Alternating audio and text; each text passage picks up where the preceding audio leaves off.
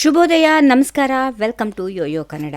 ನಾಯಕತ್ವ ಬದಲಾವಣೆಗೆ ಸಂಬಂಧಪಟ್ಟಂತೆ ಕಾಂಗ್ರೆಸ್ನೊಳಗೆ ಮುಸುಕಿನ ಗುದ್ದಾಟ ಜೋರಾಗಿ ನಡೆಯುತ್ತಿದೆ. ಸಿಎಂ ಹಾಗೂ ಡಿಸಿಎಂ ನಡುವೆ ತಂತ್ರಕ್ಕೆ ಪ್ರತಿತಂತ್ರ ಎಂಬಂತೆ ಫೈಟ್ಗಳು ಮುಂದುವರೆದಿವೆ ಎಂಬುದು ಈಗ ಎಲ್ಲರಿಗೂ ತಿಳಿದ ವಿಚಾರ. ಕಳೆದ ದಿನವಷ್ಟೇ ವಿಧಾನಸಭಾ ಕಲಾಪದಲ್ಲಿ ಸಿದ್ದರಾಮಯ್ಯ ಪೂರ್ಣಾವಧಿ ಮುಖ್ಯಮಂತ್ರಿ ನಾನೇ ಎನ್ನುವ ಮೂಲಕ ಡಿಕೆ ಶಿವಕುಮಾರ್ಗೆ ಟಕ್ಕರ್ ಕೊಟ್ಟಿದ್ದಾರೆ. ಜೊತೆಗೆ ಸಿಎಂ ತಮ್ಮ ಹುದ್ದೆಯನ್ನ ಉಳಿಸಿಕೊಳ್ಳಲು ಸಂಪುಟ ಪುನರ್ರಚನೆ ಅಸ್ತ್ರವನ್ನ ಉಪಯೋಗಿಸುತ್ತಾರಾ ಎನ್ನುವ ಚರ್ಚೆಗಳು ಕೇಳಿಬರುತ್ತಿವೆ. ಇದೇ ಹೊತ್ತಲ್ಲಿ ಇತ್ತ ಮೇ 23, 2025ಕ್ಕೆ ಕಾಂಗ್ರೆಸ್ ಸರ್ಕಾರ ಅಧಿಕಾರಕ್ಕೆ ಬಂದು 2 ವರ್ಷಗಳು ಪೂರೈಸಲಿವೆ. ಇದಕ್ಕಾಗಿ ಡಿಕೆಶಿ ಮಾಡಿರುವ ಮಾಸ್ಟರ್ ಪ್ಲಾನ್ ಇಲ್ಲಿ ವರ್ಕೌಟ್ ಆಗುತ್ತಾ ಎಂಬ ಚರ್ಚೆಗಳು ಈಗ ನಡೆದಿವೆ. ಹೌದು, ಕಾಂಗ್ರೆಸ್ ಅಧಿಕಾರದಲ್ಲಿ ಇದ್ದರೂ ಕೂಡ ನಾಯಕತ್ವಕ್ಕಾಗಿ ಜಗ್ಗಾಟ ನಡೆದೇ ಇದೆ. ಸಿದ್ದರಾಮಯ್ಯ ಒಂದು ಪ್ಲಾನ್ ಮಾಡಿದ್ರೆ ಅತ್ತ ಡಿಕೆ ಶಿವಕುಮಾರ್ ಮತ್ತೊಂದು ಪ್ಲಾನ್ಗೆ ಸಿದ್ಧರಾಗಿರುತ್ತಾರೆ. ಈಗ ಇಬ್ಬರು ಭರ್ಜರಿ ಗೇಮ್ ಶುರು ಮಾಡಿದ್ದು ಸಿಎಂ ಪಟ್ಟ ಸಿದ್ದರಾಮಯ್ಯ ಕೈಯಲ್ಲಿ ಉಳಿಯುತ್ತಾ ಅಥವಾ ಕೈತಪ್ಪಿ ಡಿಕೆಶಿ ಪಾಲಾಗುತ್ತಾ ಎಂಬ ಚರ್ಚೆಗಳು ಎದ್ದಿವೆ. ರಾಜ್ಯದಲ್ಲಿ ಕಾಂಗ್ರೆಸ್ ಅಧಿಕಾರಕ್ಕೆ ಬಂದು 2 ವರ್ಷ ಕಳೆದಿವೆ. ಈ 2 ವರ್ಷಗಳ ಆಡಳಿತವನ್ನ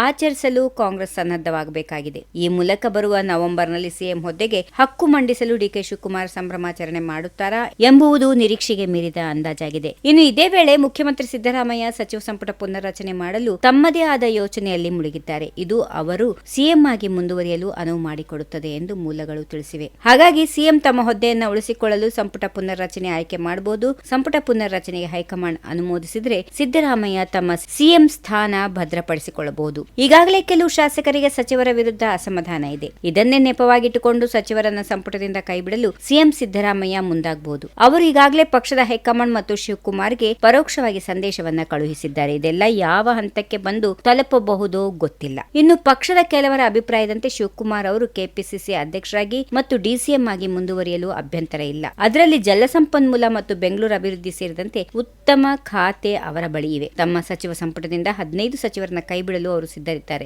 ಅವರಲ್ಲಿ ಕೆಲವರು ತಮ್ಮ ಬೆಂಬಲಿಗ ಸಚಿವರು ಇದ್ದಾರೆ ಎಂದು ಹೇಳಲಾಗ್ತಾ ಇದೆ. ಇತ್ತ ಈಗಾಗಲೇ ಅಕ್ಟೋಬರ್ 2025ಕ್ಕೆ ಅವರು ಸಿಎಂ ಆಗಿ 2.5 ವರ್ಷಗಳನ್ನ ಪೂರ್ಣಗೊಳಿಸುವ ಮೊದಲು ಏನ್ ಬೇಕಾದ್ರೂ ಆಗಬಹುದು ಎಂದು ಕಾಂಗ್ರೆಸ್ನ ಹಿರಿಯ ಶಾಸಕರೊಬ್ಬರು ಹೇಳಿರೋದು ಗೊತ್ತೇ ಇದೆ. ಒಟ್ಟಿನಲ್ಲಿ ರಾಜ್ಯದಲ್ಲಿ ಮಾರ್ಚ್ ಅಂತ್ಯಕ್ಕೆ ಸಚಿವ ಸಂಪುಟ ವಿಸ್ತರಣೆ ನಡೆಯಲಿದೆ ಎಂಬ ವದಂತಿ ಹಬ್ಬಿದೆ. ಆದರೆ ಕಾಂಗ್ರೆಸ್ನ ಉನ್ನತ ಮೂಲಗಳ ಪ್ರಕಾರ ಸಂಪುಟ ವಿಸ್ತರಣೆಯ ಪ್ರಕ್ರಿಯೆ ಏಪ್ರಿಲ್ ನಂತರವೇ ನಡೆಯಲಿದೆ. ಸಚಿವ ಸಂಪುಟ ವಿಸ್ತರಣೆ ಕುರಿತು ಈಗಾಗಲೇ ಪ್ರಕ್ರಿಯೆ ಆರಂಭವಾಗಿದೆ ಎನ್ನಲಾಗುತ್ತಿದ್ದು, ಈ ಮೂಲಕ ಸಿದ್ದರಾಮಯ್ಯನೇ ಮುಖ್ಯಮಂತ್ರಿಯಾಗಿ ಉಳಿಯುತ್ತಾರಾ ಅಥವಾ ಡಿಕೆಶಿ ಅವರ ಕನಸು ನನಸಾಗುತ್ತಾ ಎಂಬುದನ್ನು ಕಾಲವೇ ನಿರ್ಣಯಿಸಬೇಕು.